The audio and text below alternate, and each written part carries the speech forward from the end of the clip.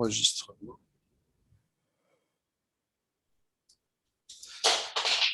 Bonjour, chers membres de LDC. Nous sommes en fin de saison, mais ce n'est pas encore fini et on profite de ces derniers moments pour relancer le débat, car le débat continue. Même lorsqu'on a l'impression qu'il s'arrête, il ne s'arrête en fait jamais. Je suis avec Si Mohamed Hamdouni, que vous connaissez certainement, qui nous fait souvent l'amitié de publier des articles concernant une thématique qui l'intéresse sur LDC, des articles bien écrits, étayés, qui abordent des thématiques profondes et qui sont souvent en opposition, je ne sais pas comment on pourrait dire, en critique de la modernité. On peut dire comme ça? Ce sont des articles critiques de la modernité? Mm. Voilà. Donc, nous voici avec le 6e article de sa série, La lucarne du Mejdoub, la lucarne du Mejdoub, qui parle de l'esthétique du sacré. L'esthétique du sacré, réparer le mal par le sublime. C'est un article qui a commencé à générer des réactions un peu vives, comme on pouvait s'y attendre, parce que il a une définition assez curieuse du sacré, ou assez originale, on pourrait dire, hein, de ce qui est esthétique dans cet article. Est-ce qu'on peut commencer par là, par cette définition du sacré? Euh, alors, que je la retrouve juste un instant. Est esthétique toute expression symbolique, subjective et sacrée de l'existence de l'homme sur Terre. Alors, qu'est-ce que l'auteur veut dire par là? Justement, la question, la réponse, ou bien cette définition, en fait, elle peut avoir toute sa clarté justement dans un regard, sur un regard un petit peu rapide sur l'histoire de l'art en général. L'expression esthétique en général, telle qu'elle a existé dans les nombreuses sociétés d'humanité, justement, a commencé par l'expression en fait de la religiosité ou le sentiment du sacré en tant que rapport avec le monde. Du coup, par exemple, la poésie comme forme d'expression de la célébration des divinités ou du rapport avec les divinités, avec la nature, quelle que soit la religion, soit dans une croyance plutôt animiste, polythéiste ou monothéiste, l'expression esthétique était toujours le point de commencement et le point de cheminement, le point de commencement justement de l'expression subjective de la sacralité, de la position de l'homme sur Terre par rapport au monde en tant que totalité de l'être et par rapport à la divinité en tant qu'origine de cette totalité. Justement, l'article, en fait, il défend cette vision que les paradigmes ou l'évolution de ce qu'on appelle l'art aujourd'hui appartiennent à une évolution, à une trajectoire particulière, celle de la trajectoire occidentale européenne de l'art. Ça veut dire celle de la sortie de la représentation ecclésiastique, iconique et directe des figures de la Bible à la représentation justement subjective, individualisée, individualisante du sentiment d'être sur Terre ou d'être dans la vie en général, ce qui va donner des expressions comme le romantisme, l'impressionnisme et d'autres. Et du coup, cette sortie, en fait, et cette trajection est une trajection particulière, en fait, à la culture occidentale. Et du coup, à travers le monde, puisque l'expression du sacré et l'expression de l'esthétique, justement, dans le monde musulman ou dans d'autres contrées, l'expression de l'esthétique est fondamentalement sacrée ou elle incarne plutôt aussi une partie de la sacralité aussi à travers le folklore, parce que on sait tous que dans les sociétés, partout, l'unicité de l'expression musicale, par exemple, elle peut exprimer à la fois la festivité ou bien l'occasion de l'expression d'une certaine fête particulière, le mariage par exemple, mais elle ne s'empêche pas par exemple, d'invoquer des figures religieuses ou des figures justement qui font référence à l'islam ou à d'autres religions. Cette, cette, cette, cette, cette, cette normalité de l'expression du sacré, justement, dans différents contextes, est ce qui est commun entre les cultures. Donc, si on peut faire aussi la référence, le nom commun serait cette sortie en fait de la sacralité dans l'expression esthétique et la désacralisation de l'expression esthétique, ce qui va aboutir justement à une tautologie, je dirais, symbolique, celle de l'expression de l'art contemporain, ou ce qu'on appelle du moins l'art conceptuel. Ça veut dire l'expression artistique d'un concept dans une œuvre dont les contours et les parois ne sont pas clairs. Donc, voilà. D'accord. Et peut-être, on a l'impression que dans ce propos, on entend Mhm, deux critiques en un, si je mhm, puis dire. La première critique qui est la critique d'une certaine modernité, peut-être, déconstruction, euh, l'art n'a pas forcément de sens, peut-être une rupture avec le sens. L'art ne porte pas forcément de message.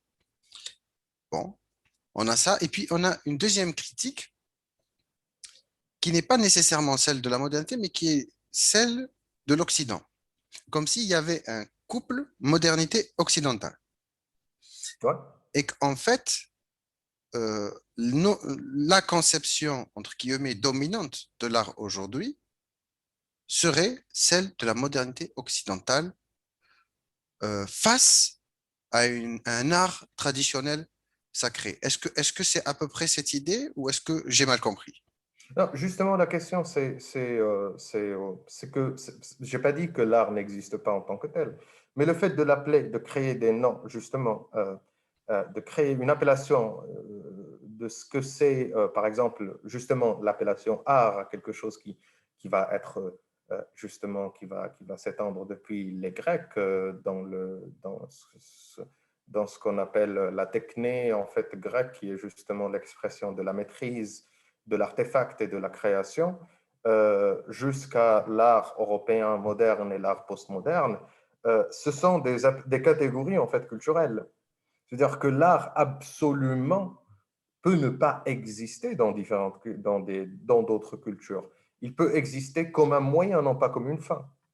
Et ça, c'est très intéressant à constater parce que justement, en Europe et dans le monde occidental en général, l'art va, comme l'expliquait brillamment Michel Freytag, l'art va se substituer au sentiment de la religiosité après la chute justement de l'institution religieuse.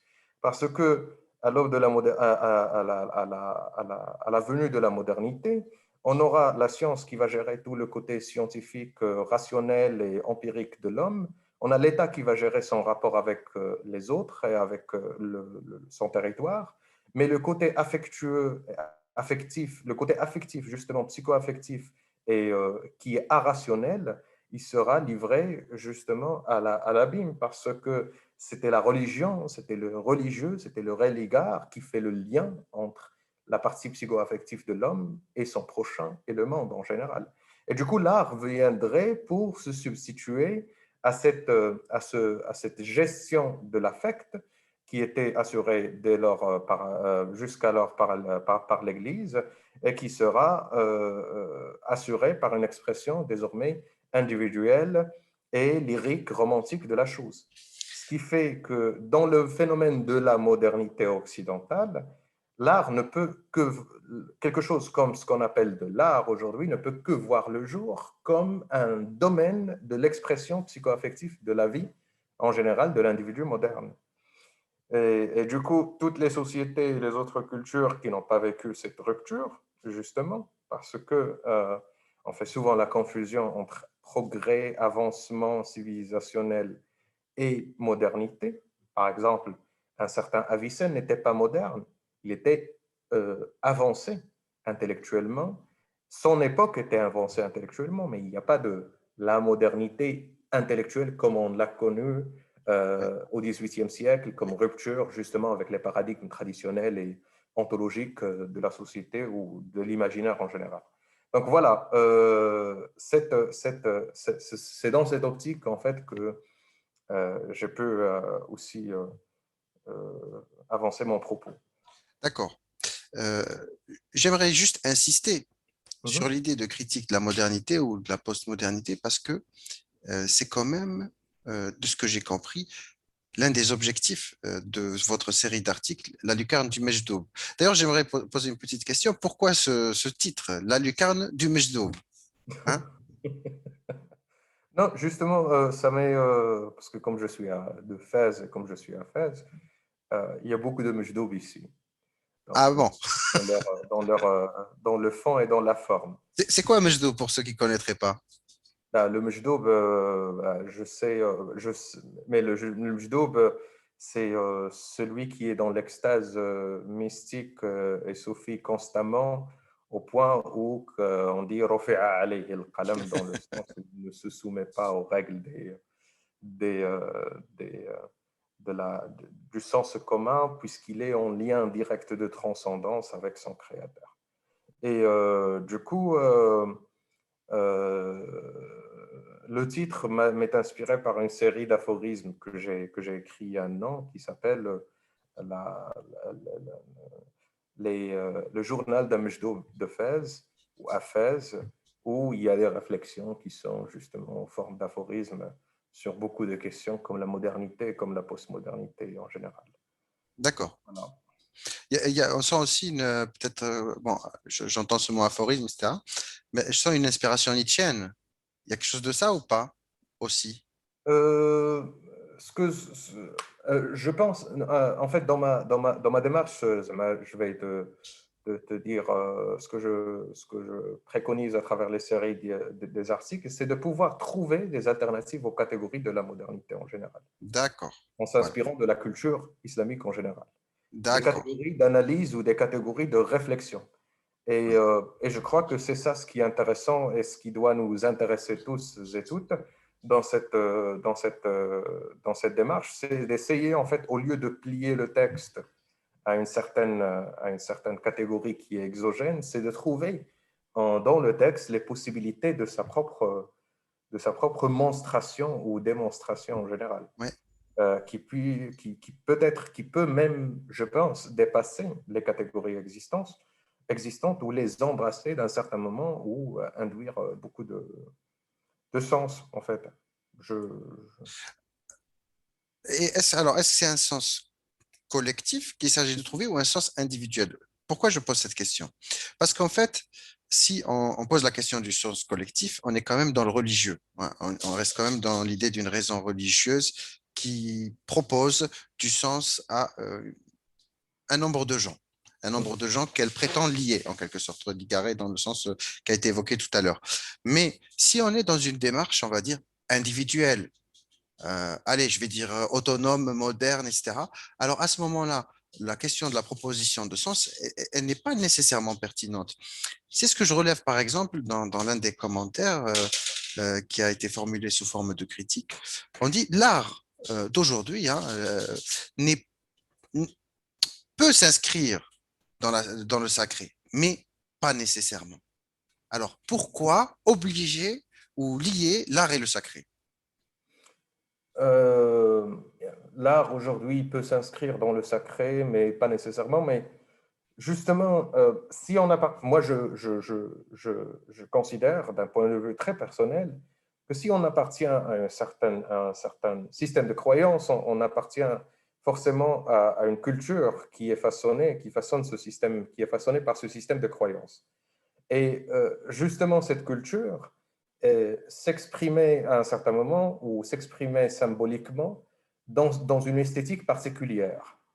Euh, cette expression dans cette esthétique particulière, je crois qu'on n'a pas, je parle là de l'art islamique en général ou de l'art d'inspiration islamique, n'a pas eu vraiment ces moyens d'existence réellement à être exposés et étudiés et bien articulés en fait. Il y a des tentatives, il y a des travaux qui sont très intéressants, surtout de la part des Iraniens, des artistes iraniens et aussi des artistes turcs qui ont fait tout un travail sublime sur la calligraphie et la figuration en général. Mais il n'y a pas, je ressens au moins à une échelle personnelle, qu'il n'y a pas un travail très profond sur le fait de créer une théorie de l'art islamique en général, ou bien une théorie de l'art musulman qui peut aussi traiter des thématiques qui sont d'actualité, mais, avec un œil qui est particulier. Et qu'est-ce qu'on peut répondre alors à ce moment-là à des gens qui diraient, mais il n'y a pas besoin de théorie d'art islamique. Pourquoi il n'y a pas besoin? Parce que c'est la même chose que le reste de l'art. La théorie de l'art contemporain européen. Non, non, c'est pas la même chose. Pourquoi c'est pas la même chose? Voilà la C'est question. pas la même chose parce que l'art contemporain, en fait, européen ou l'art contemporain en général, il s'est basé sur une rupture majeure entre l'œuvre, la création ou la créativité et l'expression artistique. Par exemple, on parle aujourd'hui il n'est pas nécessaire par exemple, d'être dans une logique de rendu ou de restitution de l'œuvre, que le processus est plus important que l'œuvre et que justement l'œuvre peut dépasser l'artiste et peut dépasser même les frontières de son existence. Et que l'œuvre peut ne pas exister, justement. Il s'agit de créer le discours qui est autour de l'œuvre qui est intéressant. Alors que là, il y a une relation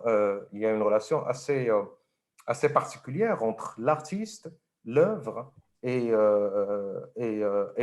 son espace et son engagement, justement. Et que l'artiste n'est pas aussi censé avoir une responsabilité ou une éthique. Et la question éthique, elle est très importante parce Hmm.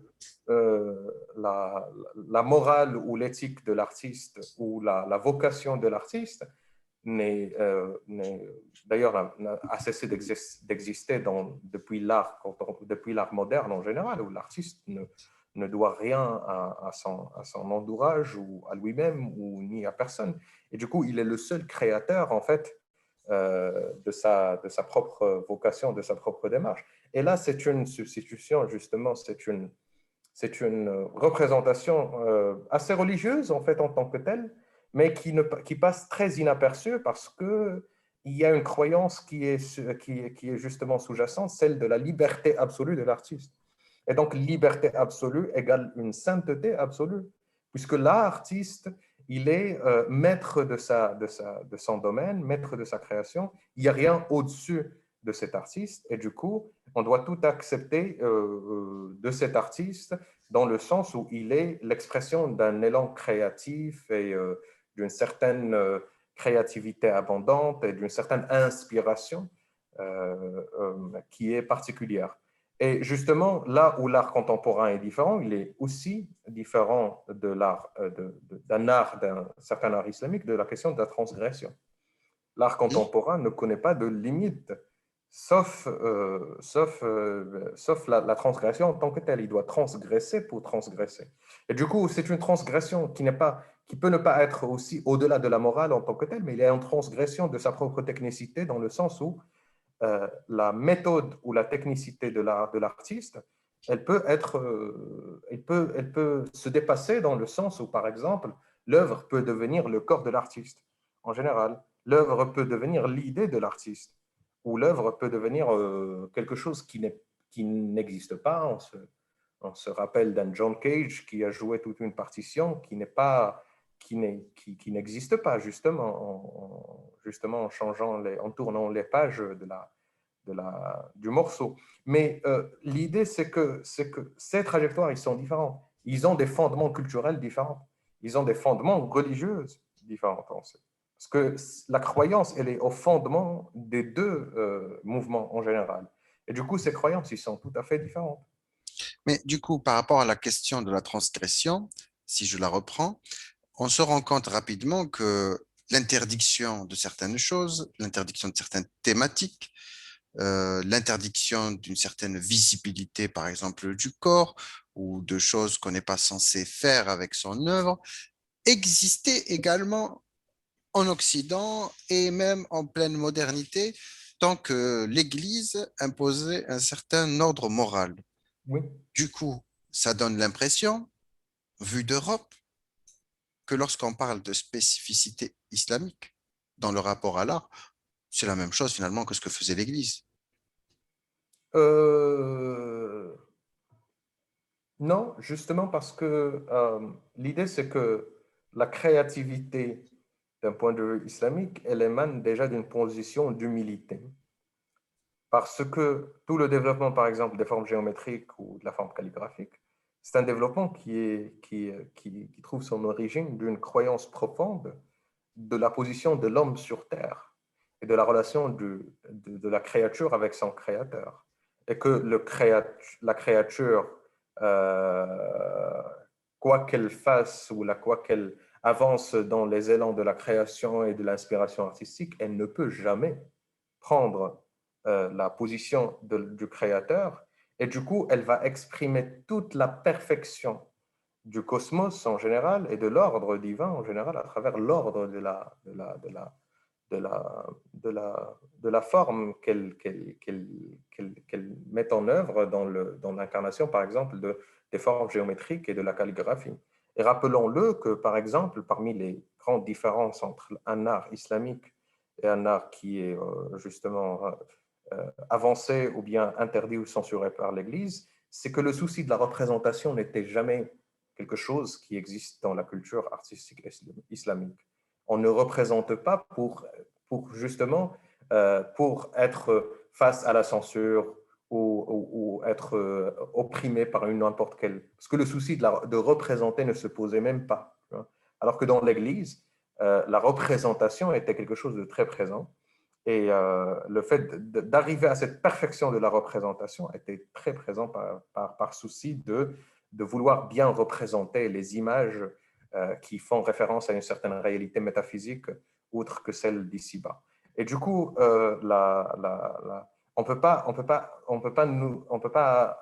interdire quelque chose qui ne se pose même pas, comme la question de l'abstraction, que la civilisation que l'art de la civilisation islamique est un art de l'abstraction pure et dure et que cette interdiction ou la trajectoire qui n'est pas prise en fait vers la figuration est une trajectoire en fait qui est décidée par une certaine croyance très très particulière, celle de la croyance que on ne peut jamais arriver à la perfection de la représentation des créatures comme Dieu est le seul créateur justement dans ce sens-là et du coup on n'est pas dans une relation de rivalité mais il y a une relation de complémentarité d'expression. Si Dieu, il a exprimé la perfection de sa création dans le monde extérieur, c'est à l'homme d'exprimer la perfection de la création divine dans son monde intérieur. Et c'est pourquoi il y a de tant de représentations abstraites qui sont très avancées, et d'ailleurs qui sont très intéressantes dans ce sens-là, de la réalité intérieure à travers la sublimation du verbe et de la forme, justement. Et alors, il y a aussi la question qui se pose, non pas seulement concernant ce qui est représentatif ou ce qui est visuel, même si on voit bien qu'on pense beaucoup à la peinture, à la sculpture, qui sont effectivement des formes d'art re- représentatives par excellence, mais il y a aussi la musique. La Oui, musique qui peut jouer un rôle extraordinaire, hein, la musique qui aussi a eu un rôle sacré. Je pense par exemple à Bach. Bach a eu un rôle sacré, sa musique a eu un rôle sacré puisqu'elle a été jouée dans les cérémonies voilà, appropriées. Mais en même temps, aujourd'hui, quelqu'un qui écoute Bach, qui n'est pas nécessairement tenu de le faire à partir d'une église, même si il n'aura pas, bien sûr, la résonance de l'orgue ou quelque chose de ce type. Pareillement, dans le monde islamique, l'oud n'est pas nécessairement la mélodie du Coran. Est-ce oui. qu'on peut pas, du coup, dire que l'art, de temps en temps, peut être découplé de sa dimension sacrée? Non, il peut. Ce que je dis, c'est que c'est pas qu'il ne peut pas, c'est qu'il peut. Et la preuve, c'est toute l'évolution des musiques actuelles de par de leur origine, qui étaient des musiques en fait qui sont relatées au sacré. Il peut justement.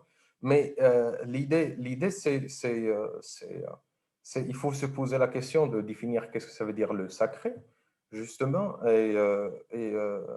Et si on définit le sacré à travers un sentiment d'appartenance et de, de relations transcendantes et transcendantales avec un ensemble de principes ou de choses dans le monde, la musique, elle peut tout à fait exprimer ce sentiment de sacralité, justement parce que elle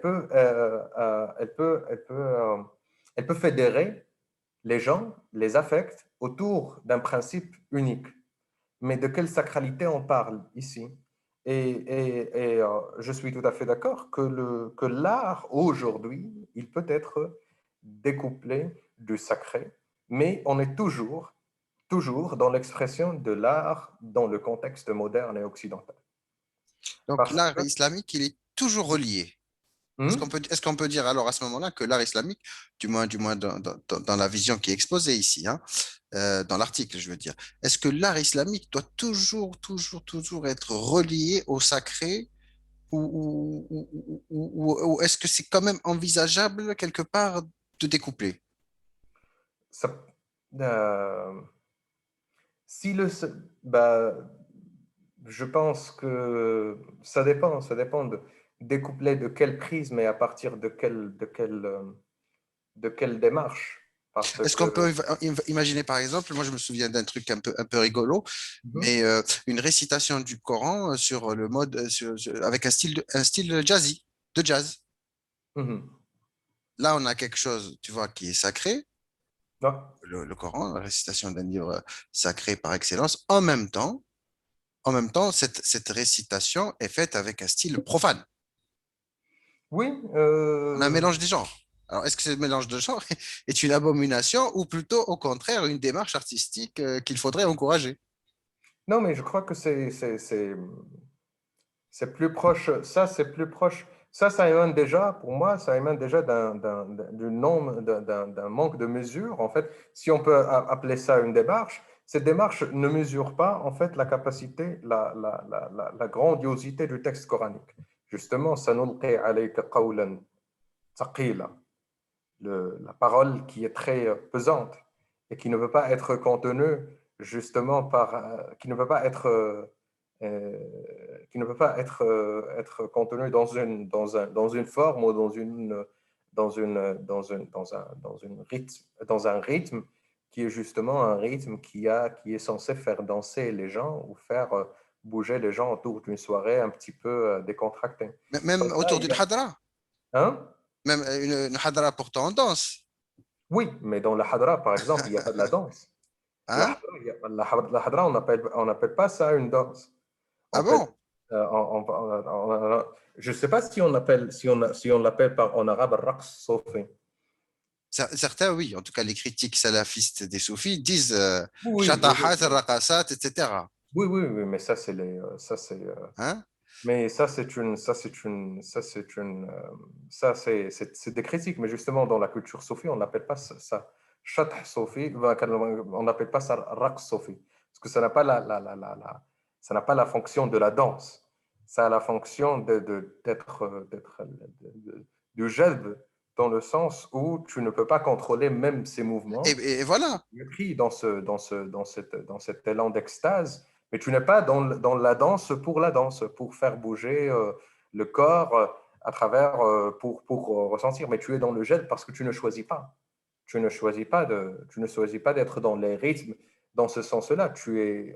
Les sens font écho en toi et ils créent une certaine relation entre le verbe et celui qui est dans le jet.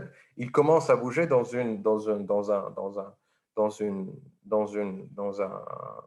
un mouvement sur lequel il ne peut pas avoir le contrôle. Qui n'est Et pas contrôlé, mais pourtant, on voit bien qu'il y a quand même une codification de la hadra, hein. oui, oui. Euh, Tu vois, Mais quel est le ouais. sens de la codification de la hadra déjà? Quel est Ah le... bah ça, justement, c'est pour ça que je voulais poser la question, est-ce que la danse n'est pas aussi sacrée? Bien sûr, toute expression symbolique est Oui, subjective, sacrée ouais. sur le monde, de l'homme sur Terre. En fait, elle peut être exprimée justement à travers différentes manières et différentes formes, mais elle invoque toujours un minimum de sérieux et un minimum de respect et aussi un grand sens de connexion avec l'ensemble, avec l'absolu, avec les prochains. Justement, c'est ce qui crée l'union. Et dans toutes les cultures, par exemple, outre la culture, les cultures modernes en général, savent justement que la relation entre le rythme et le son et la parole, il doit y avoir une présence sacrée, soit dans le rythme, soit dans l'instrument, soit dans la danse, ou soit dans la parole, justement. Mais il y a toujours la présence du sacré, parce que c'est cette présence du sacré qui permet de fédérer justement les gens. Et elle fédère les gens dans les cultures qui ne sont pas modernes, ou qui sont euh, dans les cultures qui n'ont pas connu vraiment la modernité occidentale. Elle fédère les gens autour d'un sens commun, autour d'un destin commun. Et à travers, comme l'invoquait justement Mircea Eliade, dans le sens où le rituel, dans ce sens-là, il permet d'agir directement sur le monde ou sur soi-même.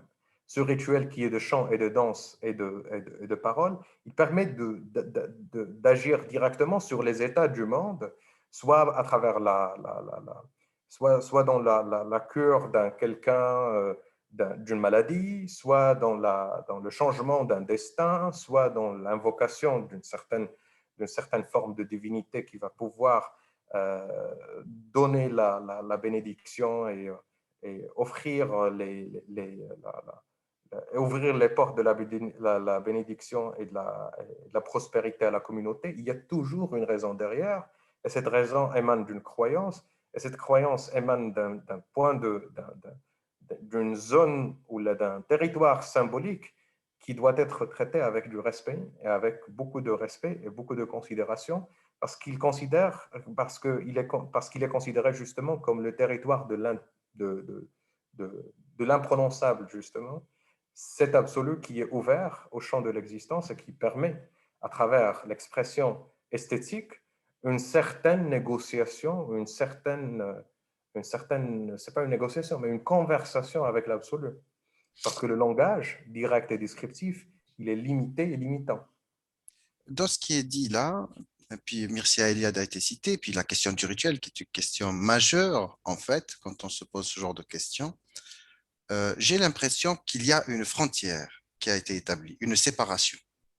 Une séparation, tu sais que la séparation, c'est généralement pas très islamique.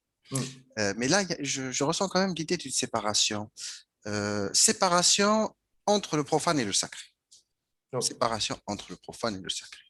Alors, donc, on va créer deux domaines, le domaine exotérique, le domaine ésotérique, le domaine de la manifestation du sens et le domaine du sens, etc. Bon.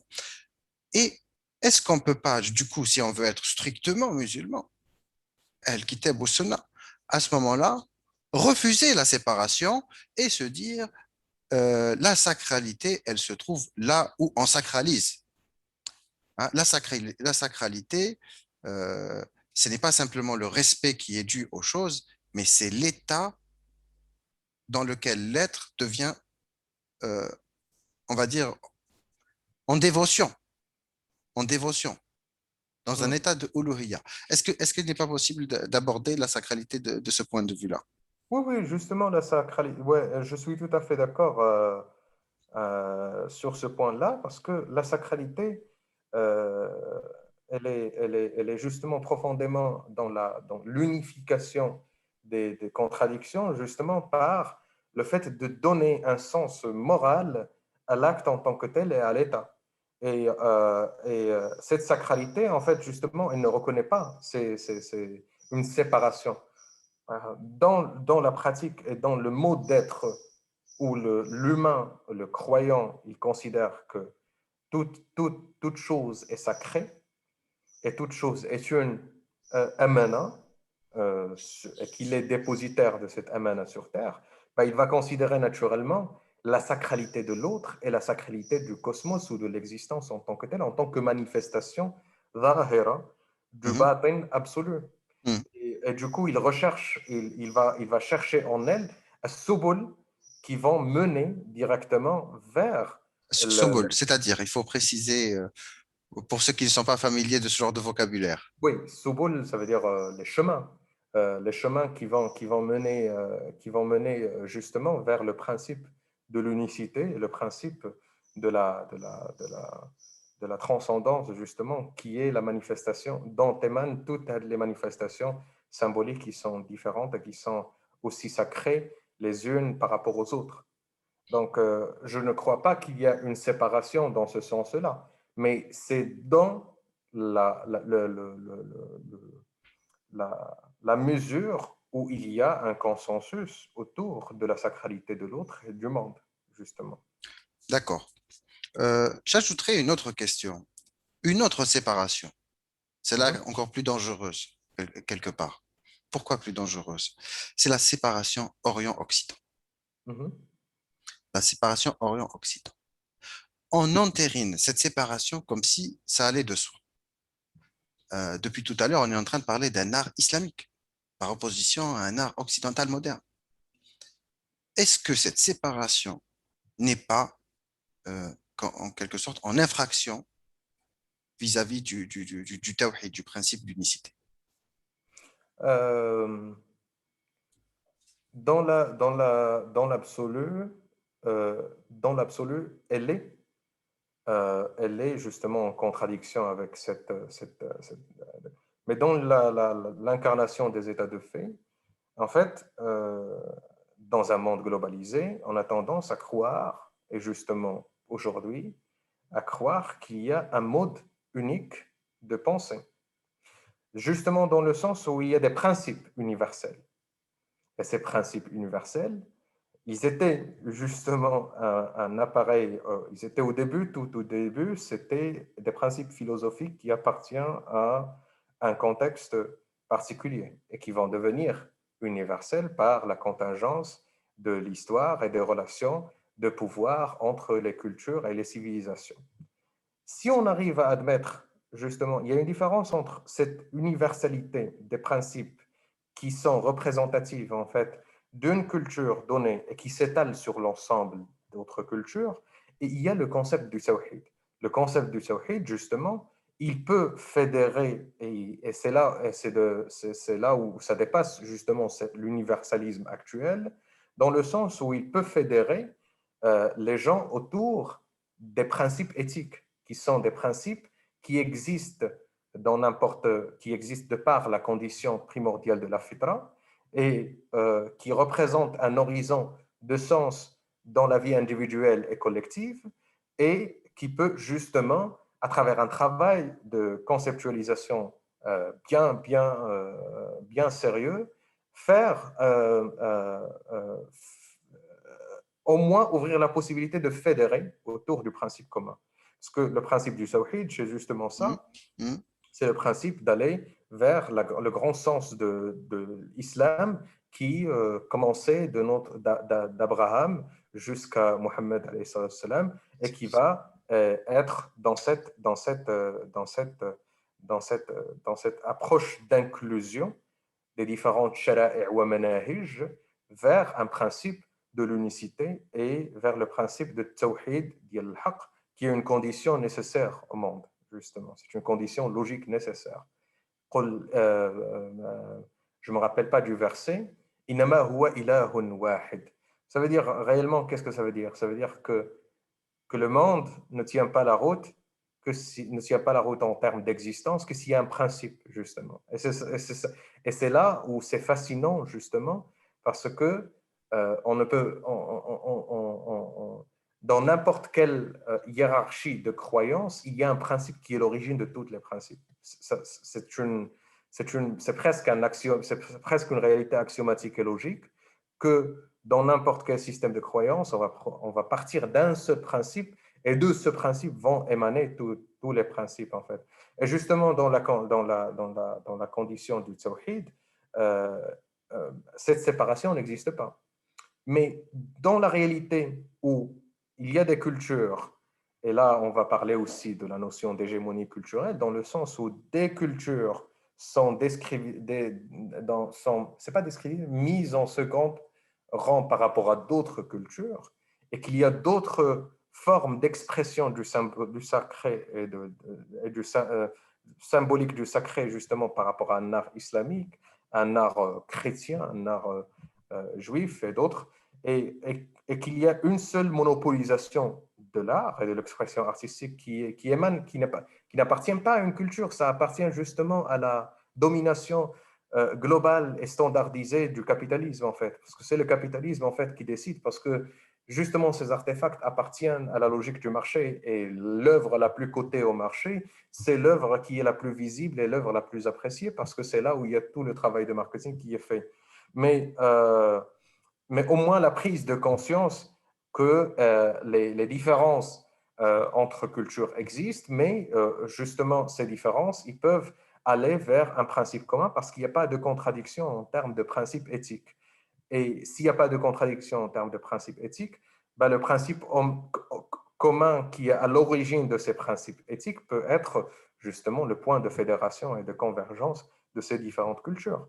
Parce que l'idée de l'art islamique, c'est justement l'idée de l'article, c'est justement euh, c'est de ne pas dire que cet art moderne et occidental doit être éliminé, il doit pas être... Non, mais c'est bien parce que ça appartient à une culture donnée.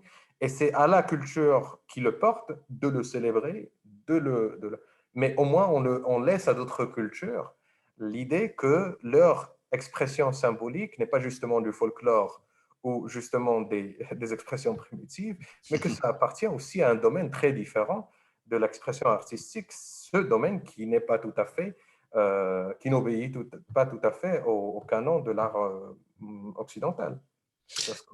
Et C'est ça.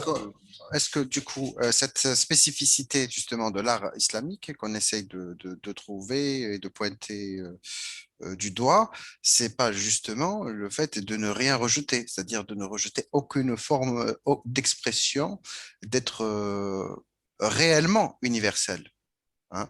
C'est-à-dire, bon, je sais que ce mot est un peu connoté, mais ce que je veux dire par là, c'est-à-dire qu'on est avec une spécificité de l'art islamique, plus du tout dans l'art islamique. Parce que déjà, quand on parle d'art islamique, on a l'impression qu'on parle de quelque chose qui est complètement un folklore, hein. On ne parle pas du tout de quelque chose qui peut s'appliquer indépendamment de la culture. Si je parle de l'art islamique ottoman, si je parle de l'art islamique tel qu'il a été exprimé dans les pays à majorité musulmane en Asie, si je parle de l'art islamique maghrébin, je ne suis pas forcément en train de parler de la même chose, hein. Mais Oui, le point commun de tout ça, le point commun de tout ça, s'il y a un point commun à trouver, c'est peut-être justement ce grand truc d'inclusion. On ne rejette rien, on ne rejette aucune culture. On peut danser, pas danser, chanter, pas chanter, jouer le oud, pas jouer du oud, jouer avec un autre instrument. Peu importe, l'essentiel étant qu'on est dans une volonté de réunir des choses qui ont tendance à s'éloigner. oui, oui, oui. Ben, je crois il n'y a pas de différence en termes, il n'y a pas de problème ici en termes d'inclusion en fait des différentes expressions esthétiques. Mais il y a toujours la notion de la bonté de ce qu'on veut exprimer, de la sacralité de ce qu'on veut exprimer, tout simplement. C'est ça ce que je dis. En fait, s'il y a une méthode inclusive ou bien une approche inclusive qu'il faut mettre en œuvre, ben, ça serait selon des prismes éthiques, justement. Alors, lesquels? Est-ce qu'on peut spécifier au moins un principe éthique majeur, voilà, qu'il faut absolument respecter? Ben, je ne dis pas qu'il doit y avoir un principe éthique majeur, mais est-ce que l'islam n'est pas fondé sur une éthique? Je ne sais pas, Donc, je pose la question. euh, Justement, est-ce qu'il y a une éthique islamique? Posons la question, pourquoi pas? euh, Est-ce qu'il y a une éthique islamique qui doit guider une esthétique islamique? Justement, la spécificité de l'islam, c'est que l'éthique embrasse toutes les parties de la vie en général, que ce soit individuelle et sociale, ou bien sociétale, ou bien internationale ou interculturelle. Et du moment où l'art ou l'expression esthétique fait partie aussi de la vie sociale, de la vie individuelle, elle est régie par l'éthique. Et cette donnée-là, elle pose aussi que ce qu'on doit appeler un art d'expression sacrée islamique doit aussi se soumettre à au moins un minimum de principes éthiques, justement, qui appartient en fait à la culture, qui appartient à la religion musulmane. Et du coup, Ouais. ça peut être qui est un principe éthique, mais en même temps un principe, un principe aussi rationnel qui est euh, salah et le facet de quelque chose. Voilà. Et ça, c'est pas proprement islamique, du coup. Oui, On peut dire, voilà, bon, moi j'ai l'impression que cette œuvre d'art, voilà, correspond au bonheur général, au bien commun. Et puis telle autre, elle correspond pas. Hein, mais c'est pas nécessairement sur un critère religieux. Hein. C'est pas nécessairement sur un critère religieux. Je peux avoir vraiment, voilà, je me dis, cette œuvre d'art divise les gens. Et celle-ci les rassemble, par exemple. oui, mais ça, c'est pas un constat, c'est pas un constat, c'est pas un constat éthique, justement, ça. C'est un constat empirique, en fait, qui appartient à une réalité. Tu as constaté que des gens ont une opinion différente sur une œuvre. Et tu as constaté de l'autre côté que des gens ont une opinion unie et ils apprécient une œuvre. Ça, c'est un constat empirique, c'est pas un constat éthique. Mais salah ou le fasad, dans le fait de dire quelque chose qui est bénéfique et qui émane de la notion du bien, et l'autre qui est maléfique et qui émane de la notion du mal, parce qu'elle cause du mal, justement, qui veut dire des dysfonctionnements, qui veut dire des impressions qui vont à l'encontre, en fait, de l'intérêt de la communauté et de l'individu. On peut la considérer, justement, si on fait référence à ces parties, à ces catégories éthiques d'analyse qui peuvent être aussi inspiré de la religion en tant que telle. D'accord. En tout cas, je crois qu'on a abordé pas mal de questions. On a essayé de développer, de partir à partir des réactions qui ont été celles face à l'article concernant l'esthétique du sacré. Et j'invite les membres à continuer de réagir à cet article, de réagir aussi à cette vidéo, de nous dire ce qu'ils pensent du lien qui peut exister ou pas exister, parce qu'il ne m'appartient pas de trancher, entre l'art et le sacré, entre l'esthétique et l'éthique. Donc, chers membres de LDC, est-ce que pour vous, l'art est nécessairement sacré? Est-ce que pour être sacré, il doit nécessairement être en dehors de la tradition ou à côté de la modernité occidentale? Je vous laisse la possibilité d'y répondre.